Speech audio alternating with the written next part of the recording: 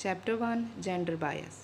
Gender bias का मतलब है लिंग ते आधारित, ते बायस का मतलब है पार्शियलिटी। लिंग आधारित मतलब लेडीज़ ते जेंट्स दे विच जिहड़ी फर्क किया जाता है कि लेडीज़ जेंट्स तो घट ने। तो ये चैप्टर लिखिया सुधा मूर्ति ने, तो मैं थोड़ा जिहा दस दिंदी हाँ तुहानूं ये बारे, पूरा नहीं पढ़ांगी सुधा मूर्ति बारे। Sudha Murthy is a well known social worker and author. Sudha Murthy कौन है? एक बहुत जानी मानी सोशल वर्कर, समाज सुधारका है अते एक लेखिका है। Her stories deal with life of common people and social issues. ਉਹਦੀਆਂ स्टोरीज आम आदमियों ते आधारित ਹੁੰਦੀਆਂ, आम आदमियों की जिंदगी ते अते सोशल इशूज़ यानी ਜਿਹੜੀਆਂ समाजिक प्रॉब्लम्स चल रही उन्हां ते आधारित ਹੁੰਦੀ ਆ।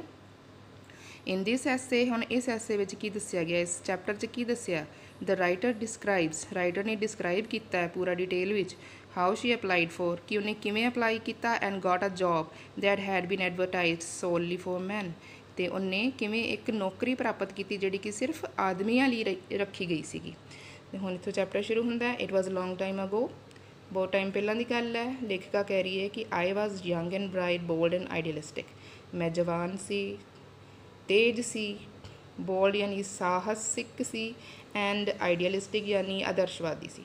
आई was in the final year of my masters course in computer science. की कर रही सी लेखिका? मास्टर कोर्स कर रही सी कंप्यूटर साइंस विच। किहड़ी जगह ते कर रही सी? At the Indian Institute of Science, यानी कि शॉर्ट फॉर्म IISC। तो किहड़ी जगह ते? इन बेंगलोर, बेंगलोर च कर रही सी इंस्टीट्यूट, उत्थे सी then known as Tata Institute. उस टाइम बेंगलोर के इंस्टीट्यूट नूं टाटा इंस्टीट्यूट के नाम तो जानिया जाता सी। Life was full of fun and joy, जिंदगी मज़े अते आनंद नाल भरी हुई सी। I did not know what helplessness और इनजस्टिस मैंट, मैनू नहीं पता सी कि मजबूरी अते अन्याय की हुंदा है, उहदा की मतलब हुंदा है।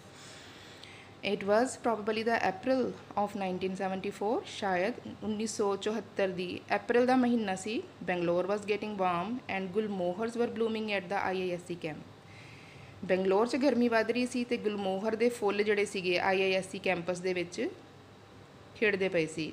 आई was the only girl in my post graduate department and was staying at the ladies hostel.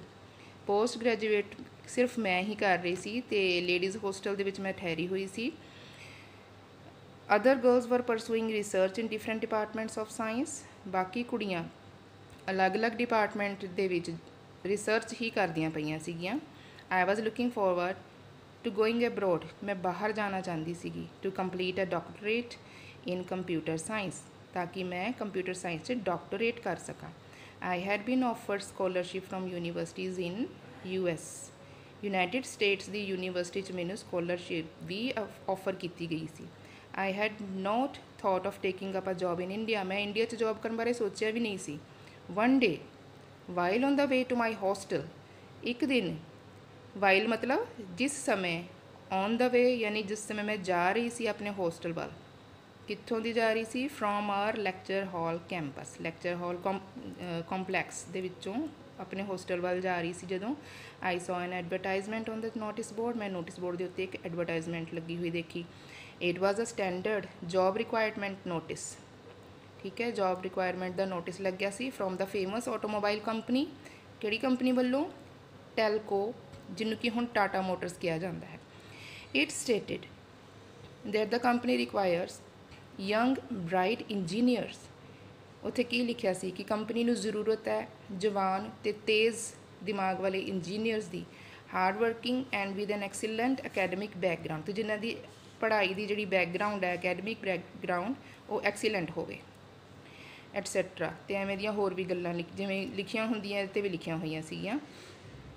Eight the bottom was a small line, तो सब तो थल्ले नोटिस दे सब तो एंड च एक छोटी जी लाइन लिखी सी। की लिखी सी? Lady candidates need not apply, कि लेडी कैंडीडेट नूं अप्लाई करन दी कोई ज़रूरत नहीं है, ठीक है।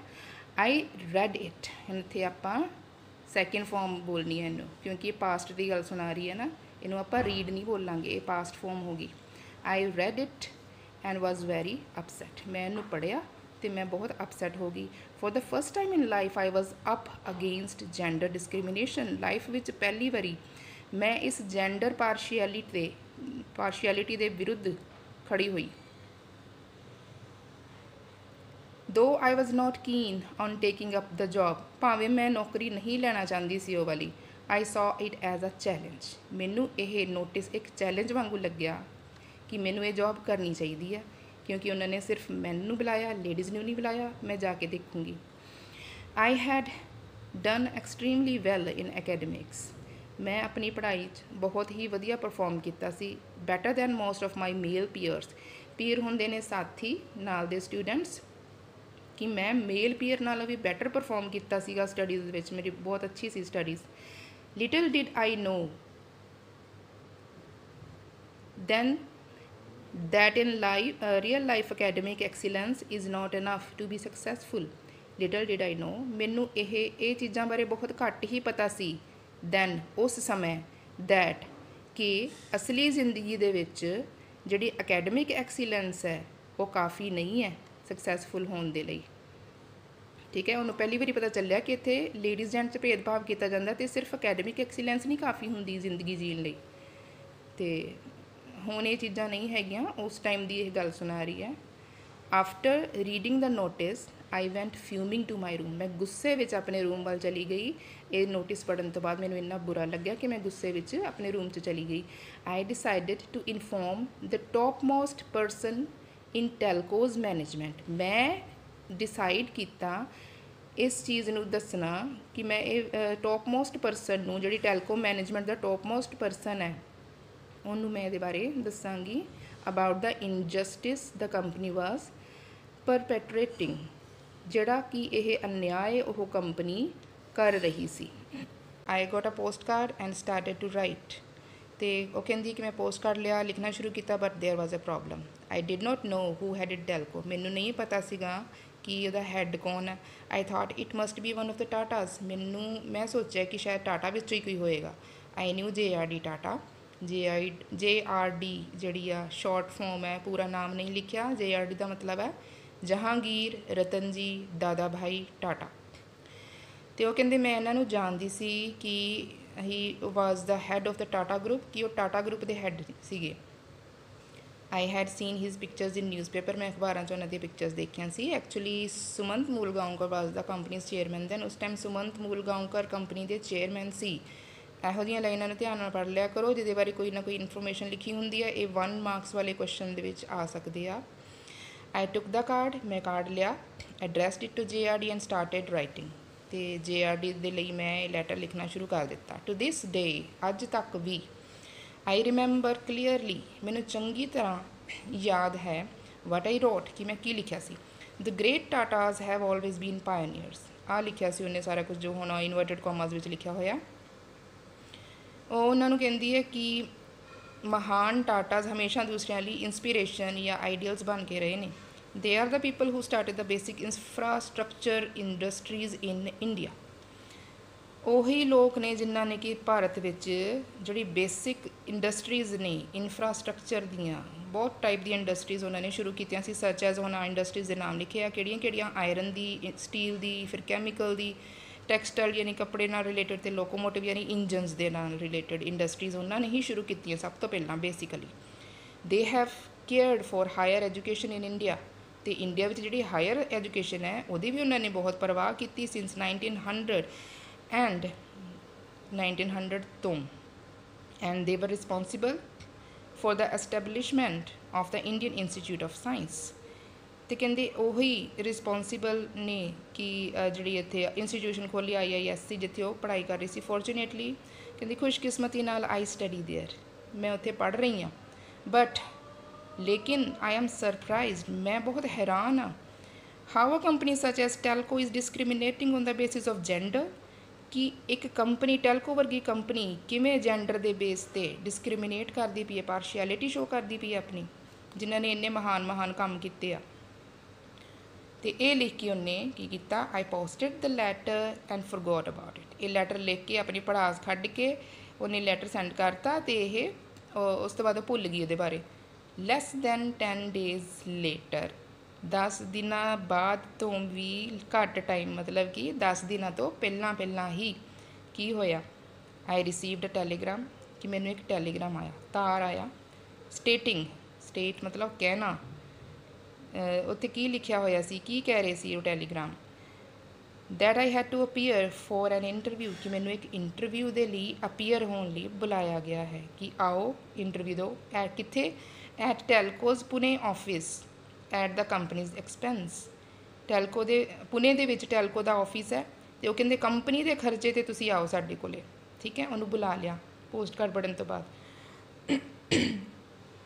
ਆਈ ਵਾਜ਼ ਟੇਕਨ ਅਬੈਕ ਮਤਲਬ ਬਹੁਤ ਜ਼ਿਆਦਾ ਸਰਪ੍ਰਾਈਜ਼ਡ ਹੋ ਜਾਣਾ ਬਾਏ ਦਾ ਟੈਲੀਗ੍ਰਾਮ ਦੇਖ ਕੇ ਬਹੁਤ ਜ਼ਿਆਦਾ ਸਰਪ੍ਰਾਈਜ਼ਡ ਹੋ ਗਈ, ਹੈਰਾਨ ਹੋ ਗਈ। My hostel mates told me that I should use the opportunity to go to Pune free of cost and buy them the famous Pune sarees for cheap। ਅਤੇ ਕਹਿੰਦੀ ਮੇਰੇ ਹੋਸਟਲਮੇਟਸ ਨੇ ਕਿਹਾ ਕਿ ਫ੍ਰੀ ਵਿੱਚ ਜਾਣ ਦੀ ਇਸ ਮੌਕੇ ਨੂੰ, ਓਪਰਚੁਨਿਟੀ ਨੂੰ ਖੋਣਾ ਨਹੀਂ ਚਾਹੀਦਾ। ਓਪਰਚੁਨਿਟੀ ਦਾ ਦੂਸਰਾ ਸਿਨੋਨਿਮ ਹੈ ਚਾਂਸ, ਕਿ ਇਹਨੂੰ ਖੋਣਾ ਨਹੀਂ ਚਾਹੀਦਾ। ਅਤੇ ਇਸੇ ਬਹਾਨੇ ਉਹ ਜਾ ਕੇ ਉਹਨਾਂ ਲਈ ਸਸਤੀਆਂ ਵਧੀਆ ਸਾੜੀਆਂ ਲੈ ਕੇ ਆ ਸਕਦੀ ਹੈ। Okay, next page.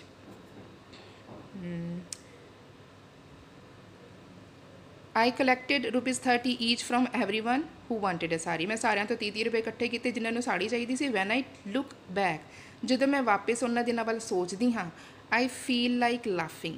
feel like ਮਤਲਬ ਮੈਨੂੰ ਮਹਿਸੂਸ ਹੁੰਦਾ ਹੈ ਜਾਂ ਮੇਰਾ ਦਿਲ ਕਰਦਾ ਹੈ laughing, ਕਿ ਮੈਂ ਹੱਸਾਂ at the reason for my going, ਜਿਸ ਰੀਜ਼ਨ ਕਰਕੇ ਮੈਂ ਜਾ ਰਹੀ ਸੀ ਕਿ ਹਾਂ ਮੈਂ ਸਾੜੀਆਂ ਹੀ ਖਰੀਦ ਲਾਂਗੀ ਘੱਟੋ ਘੱਟ, ਅਤੇ ਮੈਂ ਤਾਂ ਇਹ ਸੋਚ ਕੇ ਜਾ ਰਹੀ ਸੀ।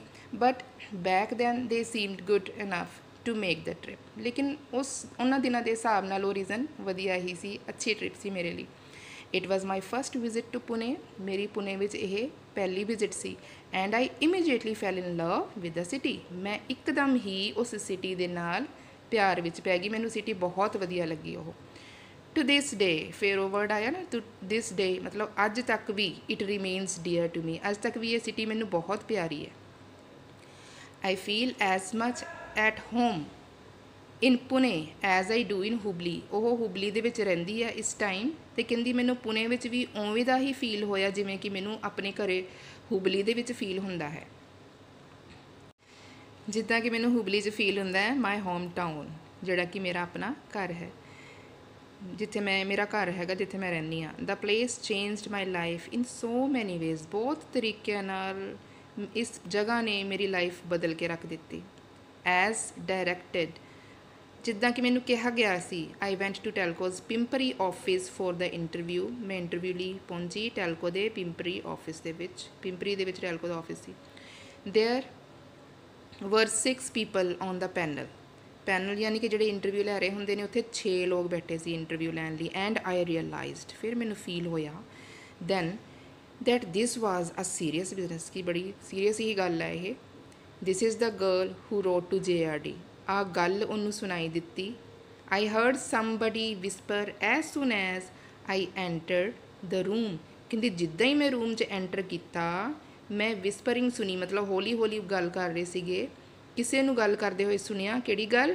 ਕਿ ਆਹੀ ਉਹ ਕੁੜੀ ਹੈ ਜਿਹਨੇ ਕਿ JRD ਨੂੰ ਲੈਟਰ ਲਿਖੀ, ਪੋਸਟ ਕਾਰਡ ਲਿਖਿਆ ਸੀ ਜਿਹੜਾ। ਬਾਏ ਦੈਨ, ਤਦ ਤੱਕ ਆਈ ਨਿਊ ਫੋਰ ਸ਼ੋਰ, ਮੈਨੂੰ ਪੱਕਾ, ਮੈਂ ਜਾਣ ਗਈ ਸੀਗੀ, ਮੈਨੂੰ ਪੱਕਾ ਵਿਸ਼ਵਾਸ ਹੋ ਗਿਆ ਸੀ that I would not get the job, ਕਿ ਮੈਨੂੰ ਹੀ ਨਹੀਂ ਨੌਕਰੀ ਮਿਲਦੀ, ਹੁਣ ਨਹੀਂ ਮੈਨੂੰ ਦਿੰਦੇ ਨੌਕਰੀ ਇਹ। ਦ ਰੀਅਲਾਈਜ਼ੇਸ਼ਨ ਅਬੋਲਿਸ਼ਡ ਆਲ ਫੀਅਰਸ ਫਰੋਮ ਮਾਈ ਮਾਈਂਡ। ਇਹ ਰੀਅਲਾਈਜ਼ੇਸ਼ਨ ਜਿਹੜੀ ਮੈਨੂੰ ਫੀਲਿੰਗ ਆਈ ਹੈ ਜਿਹੜੀ, ਇਹਦੇ ਨਾਲ ਮੇਰੇ ਸਾਰੇ ਡਰ ਖਤਮ ਹੋ ਗਏ। ਜਿਹੜਾ ਮੈਂ ਇੱਕਦਮ ਘਬਰਾ ਗਈ ਸੀ ਉਹ ਸਭ ਖਤਮ ਹੋ ਗਿਆ ਕਿ ਮੈਨੂੰ ਕਿਹੜਾ ਜੋਬ ਮਿਲਣੀ ਆ, ਕੋਈ ਗੱਲ ਨਹੀਂ। ਸੋ ਆਈ ਵਾਜ਼ ਰਾਦਰ ਕੂਲ, ਇਸ ਲਈ ਮੈਂ ਥੋੜ੍ਹੀ ਕੂਲ, ਸ਼ਾਂਤ ਹੋ ਗਈ। ਵਾਈਲ ਦਾ ਇੰਟਰਵਿਊ ਵਾਜ਼ ਬੀਂਗ ਕੰਡਕਟਡ, ਜਦੋਂ ਇੰਟਰਵਿਊ ਕੰਡਕਟ ਹੋ ਰਹੀ ਸੀ, ਮੈਂ ਬੜੇ ਸ਼ਾਂਤ ਮਾਈਂਡ ਦੇ ਨਾਲ ਇੰਟਰਵਿਊ ਦਿੱਤੀ। ਈਵਨ ਬਿਫੋਰ ਦਾ ਇੰਟਰਵਿਊ ਸਟਾਰਟਿਡ, ਇੱਥੋਂ ਤੱਕ ਕਿ ਜਦੋਂ ਇੰਟਰਵਿਊ ਸਟਾਰਟ ਹੋਈ ਉਸ ਤੋਂ ਪਹਿਲਾਂ ਆਈ ਰੈਕਨਡ ਦਾ ਪੈਨਲ ਵਾਜ਼ ਬਾਇਸਡ। ਮੈਂ ਇਸ਼ਾਰਾ ਕੀਤਾ ਜਾਂ ਇਨਡਾਇਰੈਕਟਲੀ ਮੈਂ ਕੁਝ ਕਿਹਾ, ਕੀ ਕਿਹਾ? ਕਿ ਪੈਨਲ ਵਾਜ਼ ਬਾਇਸਡ, ਕਿ ਤੁਸੀਂ ਆਖਿਰ ਪਾਰਸ਼ੀਐਲਿਟੀ ਹੀ ਕਰਨੀ ਹੈ। ਸੋ ਆਈ ਟੋਲਡ ਦੈਮ ਰਾਦਰ ਇੰਪੋਲਾਈਟਲੀ, ਮੈਂ ਬੜੀ ਅਸੱਭਿਆ ਜੀ ਹੋ ਕੇ, ਰੂਡ ਹੋ ਕੇ ਉਹਨਾਂ ਨੂੰ ਕਿਹਾ, I hope this is only technical interview. ਮੈਂ ਉਮੀਦ ਕਰਦੀ ਹਾਂ ਕਿ ਇਹ ਸਿਰਫ ਕਹਿਣ ਦੇ ਹੀ ਇੰਟਰਵਿਊ ਹੈ, ਅਸਲ 'ਚ ਤੁਸੀਂ ਜੋਬ ਤਾਂ ਨਹੀਂ ਦੇਣੀ। ਮਤਲਬ ਉਹਦਾ ਇਹ ਕਹਿਣ ਦਾ ਮਤਲਬ ਸੀ ਕਿ ਸਿਰਫ ਟੈਕਨੀਕਲ ਇੰਟਰਵਿਊ ਹੈ, ਗੱਲਾਂ ਬਾਤਾਂ ਤੱਕ ਹੀ ਸੀਮਿਤ ਹੈ। ਦੇ ਵਰ ਟੇਕਨ ਅਬੈਕ ਬਾਏ ਮਾਈ ਰੂਡਨੈਸ। ਉਹ ਮੇਰੀ ਰੂਡਨੈਸ ਦੇਖ ਕੇ ਇੱਕਦਮ ਸਰਪ੍ਰਾਈਜ਼ਡ ਹੋ ਗਏ, ਸ਼ੌਕਡ ਹੋ ਗਏ, ਟੇਕਨ ਅਬੈਕ ਮਤਲਬ ਬਹੁਤ ਹੀ ਇੱਕਦਮ ਹੈਰਾਨ ਹੋ ਜਾਣਾ। ਐਂਡ ਈਵਨ ਟੂਡੇ, ਅਤੇ ਇੱਥੋਂ ਤੱਕ ਕਿ ਅੱਜ ਵੀ I am ashamed about my attitude. ਉਸ ਟਾਈਮ ਜਿਹੜਾ ਮੈਂ ਐਟੀਟਿਊਡ ਸ਼ੋਅ ਕੀਤਾ ਅੱਜ ਵੀ ਮੈਨੂੰ ਸ਼ਰਮ ਆਉਂਦੀ ਹੈ ਸੋਚ ਕੇ। ਠੀਕ ਹੈ, ਰਾਈਟਰ ਬੋਲਦੀ ਪਈ ਹੈ। The panel asked me technical questions and I answered all of them. Panel ਨੇ ਮਤਲਬ ਜਿਹੜੇ 6 ਜਣੇ ਬੈਠੇ ਸੀ ਇੰਟਰਵਿਊ ਲੈਣ ਲਈ, ਉਹਨਾਂ ਨੇ ਮੇਰੇ ਤੋਂ ਕੁਝ ਟੈਕਨੀਕਲ ਕੁਐਸਚਨਸ ਪੁੱਛੇ ਮੇਰੇ ਕੰਮ ਦੇ ਨਾਲ ਰਿਲੇਟਡ, ਐਂਡ ਉਹਨਾਂ ਦੇ ਸਾਰਿਆਂ ਦੇ ਮੈਂ ਆਨਸਰ ਉਹਨਾਂ ਨੂੰ ਦੇ ਦਿੱਤੇ। ਦੈਨ ਐਨ ਐਲਡਰਲੀ ਜੈਂਟਲਮੈਨ, ਇੱਥੇ MEN ਪਾਇਆ ਹੋਇਆ, ਜੈਂਟਲਮੈਨ ਆਏਗਾ ਕਿਉਂਕਿ ਐਨ ਹੈ, ਇੱਕ ਬੰਦਾ ਸੀਗਾ, ਅਤੇ ਇੱਕ ਬਜ਼ੁਰਗ ਜੈਂਟਲਮੈਨ, ਠੀਕ ਕਰ ਲੈਣਾ, with an affectionate voice told me, ਉਹਨੇ ਬੜੇ ਪਿਆਰ ਭਰੀ ਆਵਾਜ਼ ਨਾਲ ਮੈਨੂੰ ਕਿਹਾ, do you know why we said lady candidates need not apply, ਕਿ ਤੈਨੂੰ ਪਤਾ ਹੈ ਕਿ ਅਸੀਂ ਇੱਦਾਂ ਕਿਉਂ ਗਿਆ ਕਿ ਲੇਡੀ ਕੈਂਡੀਡੇਟ ਨੇ ਕਿਉਂ ਅਪਲਾਈ ਨਹੀਂ ਕਰਨਾ। The reason is that we have never employed any ladies on the shop floor, ਕਿ ਅਸੀਂ, ਇਹਦਾ ਕਾਰਨ ਇਹ ਹੈ, ਰੀਜ਼ਨ ਇਹ ਹੈ ਕਿ ਅਸੀਂ ਕਦੀ ਵੀ ਕਿਸੇ ਲੇਡੀ ਨੂੰ ਉਸ ਜਗ੍ਹਾ 'ਤੇ ਨਹੀਂ ਰੱਖਿਆ ਜਿੱਥੇ ਕਿ ਚੀਜ਼ਾਂ ਬਣਦੀਆਂ ਹੋਣ। This is not a co-ed college, ਇਹ ਕੋਈ ਕਾਲਜ ਨਹੀਂ ਹੈ ਜਿੱਥੇ ਕੋ ਐਜੂਕੇਸ਼ਨ ਹੋ ਸਕਦੀ ਹੈ। ਦਿਸ ਇਜ਼ ਅ ਫੈਕਟਰੀ, ਇਹ ਫੈਕਟਰੀ ਹੈ, ਇਹ ਉਹ ਵਾਲਾ ਹਿੱਸਾ ਵਾ ਸ਼ੌਪ ਫਲੋਰ ਜਿੱਥੇ ਚੀਜ਼ਾਂ ਬਣਦੀਆਂ ਨੇ, ਫੈਕਟਰੀ ਦੀਆਂ। When it comes to academics you are a first ranker throughout. ਫਿਰ ਉਹ ਕਹਿੰਦੇ ਆ ਕਿ ਪੜ੍ਹਾਈ ਦੀ ਗੱਲ ਕੀਤੀ ਜਾਏ ਤਾਂ ਤੂੰ ਹਮੇਸ਼ਾ ਥਰੂ ਆਊਟ, ਹਰ ਟਾਈਮ, ਹਰ ਸਾਲ ਫਸਟ ਰੈਂਕਰ ਹੀ ਰਹੀ ਹੈ। ਵੀ ਐਪਰੀਸ਼ੀਏਟ ਦੈਟ, ਅਸੀਂ ਇਸ ਚੀਜ਼ ਦੀ ਪ੍ਰਸ਼ੰਸਾ ਕਰਦੇ ਹਾਂ, ਬਟ ਪੀਪਲ ਲਾਈਕ ਯੂ, ਲੇਕਿਨ ਤੁਹਾਡੇ ਵਰਗੇ ਜਿਹੜੇ ਲੋਕ ਨੇ, should work in research laboratories, ਤੁਹਾਨੂੰ ਖੋਜ ਕਰਨ ਵਾਲੇ ਲੈਬੋਰੇਟਰੀਜ਼ ਵਿੱਚ ਹੀ ਕੰਮ ਕਰਨਾ ਚਾਹੀਦਾ ਹੈ, ਤੁਹਾਨੂੰ ਕੁਛ ਰਿਸਰਚ ਕਰਨੀ ਚਾਹੀਦੀ ਹੈ, ਆਪਣੀ ਨੌਲੇਜ ਦਾ ਵਧੀਆ ਯੂਜ਼ ਕਰਨਾ ਚਾਹੀਦਾ ਹੈ। I was a young girl from a small town, ਮੈਂ ਇੱਕ ਛੋਟੇ ਜਿਹੇ ਕਸਬੇ ਤੋਂ ਇੱਕ ਜਵਾਨ ਕੁੜੀ ਸੀਗੀ। ਟਾਊਨ ਦਾ ਨਾਮ ਕੀ ਸੀਗਾ? ਹੁਬਲੀ, ਜਿੱਥੇ ਕਿ ਉਹ ਰਹਿ ਰਹੀ ਸੀ। My world has been a limited place, ਮੇਰਾ ਸੰਸਾਰ ਇੱਕ ਛੋਟੇ ਜਿਹੇ ਦਾਇਰੇ ਵਿੱਚ ਹੀ ਸੀਮਿਤ ਸੀਗਾ। I did not know the ways of large corporate houses, ਮੈਨੂੰ ਇਹਨਾਂ ਵੱਡੀਆਂ ਵੱਡੀਆਂ ਇੰਡਸਟਰੀਜ਼ ਦੇ ਮੈਨੇਜਮੈਂਟ ਬਾਰੇ ਕੁਛ ਨਹੀਂ ਪਤਾ ਸੀਗਾ, ਇਹਨਾਂ ਦੇ ਵੀ ਕੀ ਪ੍ਰੋਬਲਮਸ ਆਉਂਦੀਆਂ, ਐਂਡ ਦੇਅਰ ਡਿਫੀਕਲਟੀਜ਼, ਉਹਨਾਂ ਨੂੰ ਆਪਣੇ ਕੰਮ ਦੇ ਵਿੱਚ ਕੀ ਕੀ ਡਿਫੀਕਲਟੀਜ਼ ਆਉਂਦੀਆਂ, ਉਹਨਾਂ ਅੱਗੇ ਕੀ ਚੁਣੌਤੀਆਂ ਆਉਂਦੀਆਂ, ਮੈਨੂੰ ਨਹੀਂ ਪਤਾ ਸੀਗਾ।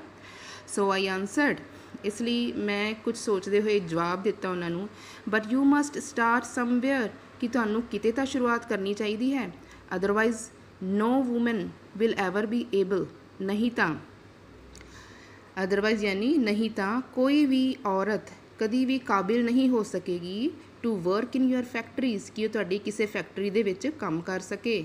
ਇਸ ਲਈ ਤੁਹਾਨੂੰ ਕਿਤੇ ਤਾਂ ਸ਼ੁਰੂਆਤ ਕਰਨੀ ਚਾਹੀਦੀ ਹੈ, ਵੀ ਲੇਡੀਜ਼ ਨੂੰ ਮੌਕਾ ਦਿਓ।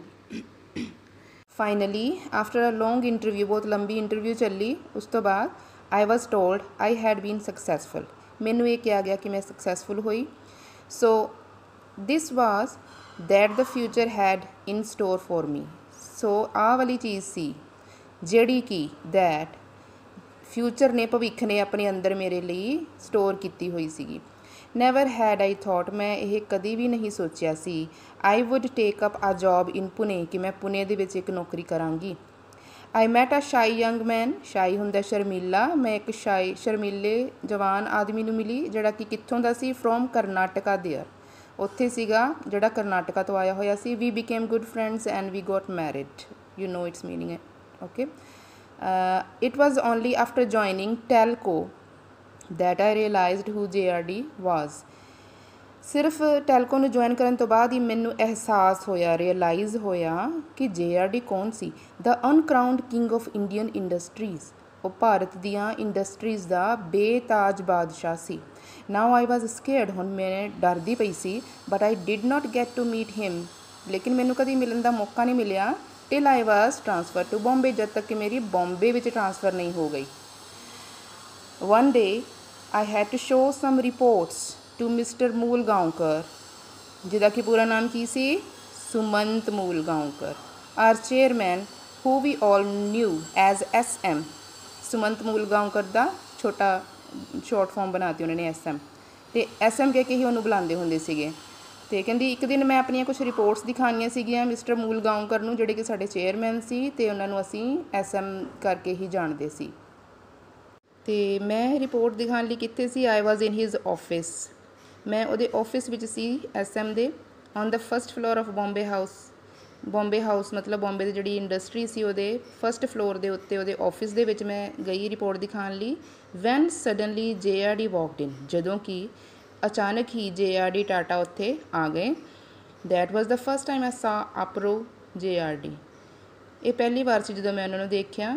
ਅਤੇ APRO ਮੀਨਸ ਔਰ ਇਨ ਗੁਜਰਾਤੀ ਭਾਸ਼ਾ 'ਚ ਹੁਣ ਪਤਾ ਨਹੀਂ ਐਪਰੋ ਬੁਲਾਉਂਦੇ ਕਿ APRO ਬੁਲਾਉਂਦੇ ਆ, ਮੈਨੂੰ ਪ੍ਰੋਨੰਸੀਏਸ਼ਨ ਨਹੀਂ ਪਤਾ ਉਹਨਾਂ ਦੀ ਲੇਕਿਨ ਇਹ ਗੁਜਰਾਤੀ ਵਰਡ ਲਿਖਿਆ ਹੋਇਆ ਕੋਈ। APRO ਮੀਨਸ ਔਰ ਇਨ ਗੁਜਰਾਤੀ ਦਿਸ ਵਾਜ਼ ਦਾ ਅਫੈਕਸ਼ਨੇਟ ਟਰਮ। ਇਹ ਇੱਕ ਪਿਆਰ ਭਰੀ ਟਰਮ ਸੀ by which people at Bombay House called him, ਜਿਹਦੇ ਨਾਲ ਜਿਹੜੇ ਸ਼ਬਦ ਨਾਲ ਉਹਨੂੰ ਸੰਬੋਧਿਤ ਕੀਤਾ ਜਾਂਦਾ ਸੀ ਬੋਂਬੇ ਹਾਊਸ 'ਚ।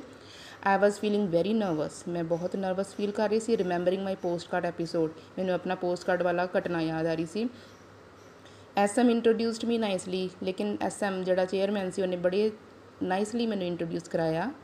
ਅਤੇ ਉਹਨੇ ਬੋਲਿਆ ਜੇ, ਹੁਣ ਇਹ ਵਾਲਾ ਵਰਡ ਹੈ that's what his close associates called him, ਉਹਦੇ ਜਿਹੜੇ ਨੇੜੇ ਦੇ ਐਸੋਸੀਏਟ ਸੀਗੇ ਉਹਨੂੰ ਇਸ ਵਰਡ ਨਾਲ ਬੁਲਾਉਂਦੇ ਸੀਗੇ।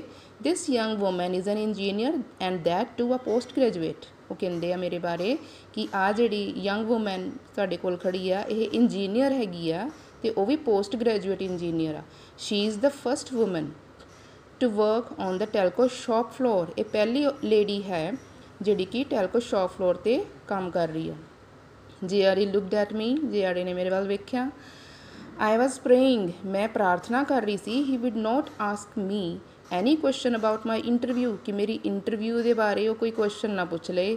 ਔਰ ਦਾ ਪੋਸਟ ਕਾਰਡ ਦੈਟ ਪ੍ਰੀਸੀਡਿਡ ਇਟ, ਔਰ ਉਸ ਤੋਂ ਜਾਂ ਫਿਰ ਉਸ ਤੋਂ ਪਹਿਲਾਂ ਜਿਹੜਾ ਪੋਸਟ ਕਾਰਡ ਵਾਲੀ ਘਟਨਾ ਹੋਈ ਸੀ ਉਹਦੇ ਬਾਰੇ ਮੇਰੇ ਤੋਂ ਕੁਛ ਨਾ ਪੁੱਛ ਲਏ ਕਿਤੇ। ਅਤੇ close to 50% of the students, 50% ਦੇ ਨੇੜੇ ਤੇੜੇ ਜਿਹੜੇ ਸਟੂਡੈਂਟ ਨੇ in today's engineering colleges are girls.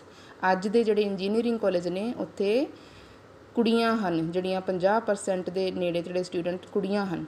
And there are women on the shop floor in many industry segment, ਕਿੰਨੇ ਸਾਰੇ ਇੰਡਸਟਰੀਅਲ ਪਾਰਟਸ ਦੇ ਵਿੱਚ ਔਰਤਾਂ ਕੰਮ ਕਰਦੀਆਂ ਨੇ ਸ਼ੌਪ ਫਲੋਰ 'ਤੇ, ਫੈਕਟਰੀਜ਼ ਦੇ ਵਿੱਚ। I see these changes and I think of JRD, ਮੈਂ ਇਹ ਚੇਂਜਸ ਦੇਖਦੀ ਹਾਂ ਅਤੇ ਮੈਂ JRD ਬਾਰੇ ਸੋਚਦੀ ਹਾਂ। If at all time stops, ਜੇ ਕਿਤੇ ਟਾਈਮ ਰੁਕ ਜਾਵੇ। And asks me what I want from life, ਕਿ ਤੈਨੂੰ ਲਾਈਫ ਤੋਂ ਕੀ ਚਾਹੀਦਾ ਹੈ। ਆਈ ਵੁੱਡ ਸੇ, ਅਤੇ ਮੈਂ ਕੀ ਕਹਾਂਗੀ, ਆਈ ਵਿਸ਼ JRD ਵਰ ਅਲਾਈਵ ਟੂਡੇ। ਹੁਣ ਵਰ ਦਾ ਯੂਜ਼ ਹੋ ਰਿਹਾ, ਇਹ ਵਿਸ਼ ਮੰਗਣ ਲਈ ਕੀਤਾ ਜਾਂਦਾ ਹੈ ਇੱਥੇ। ਜਦੋਂ ਕੋਈ ਆਪਾਂ ਆਪਣੀ ਵਿਸ਼ ਦੱਸਣੀ ਹੋਈ ਤਾਂ ਆਪਾਂ ਵਰ ਲਗਾਉਂਦੇ ਹਾਂ। ਮੈਂ ਵਿਸ਼ ਕਰਦੀ ਹਾਂ ਕਿ ਕਾਸ਼ JRD ਅਲਾਈਵ ਹੁੰਦੇ ਅੱਜ, to see how the company he started has grown. ਕਾਸ਼ ਉਹ ਦੇਖ ਪਾਉਂਦੇ ਕਿ ਜਿਹੜੀ ਕੰਪਨੀ ਉਹਨਾਂ ਨੇ ਸਟਾਰਟ ਕੀਤੀ ਸੀ ਉਹ ਕਿਵੇਂ ਵੱਧਦੀ ਫੁੱਲਦੀ ਪਈ ਆ। He would have enjoyed it wholeheartedly, ਪੂਰੇ ਮਨ ਨਾਲ ਉਹਨਾਂ ਨੇ, ਪੂਰੇ ਦਿਲ ਨਾਲ ਇਸ ਚੀਜ਼ ਨੂੰ ਇੰਜੋਏ ਕਰਨਾ ਸੀ। ਤੋ ਲੈਸਨ ਐਂਡ ਹੁੰਦਾ ਇੱਥੇ।